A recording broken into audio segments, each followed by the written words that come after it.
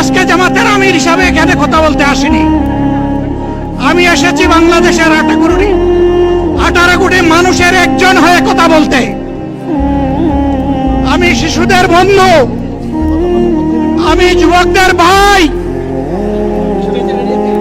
আমি বয়স্কদের সহযোদ্ধা, আমার বোনদের আমি ভাই।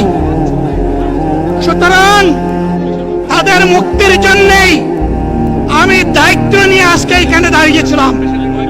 আল্লাহর ইচ্ছা শরীর আমাকে সাময়িকভাবে সহযোগিতা করে নাই, এটাও আল্লাহর ইচ্ছা যে এখন আল্লাহ আমাকে কথা বলার সুযোগ দিচ্ছেন। আমি বলতে চাই, বাংলাদেশের নির্দিষ্ট কোন শ্রেণীর মুক্তির জন্য আমাদের এই লড়াই নয়। রাস্তার একজন পরিচ্ছন্নতা কর্মী, চা বাগানের একজন শ্রমিক,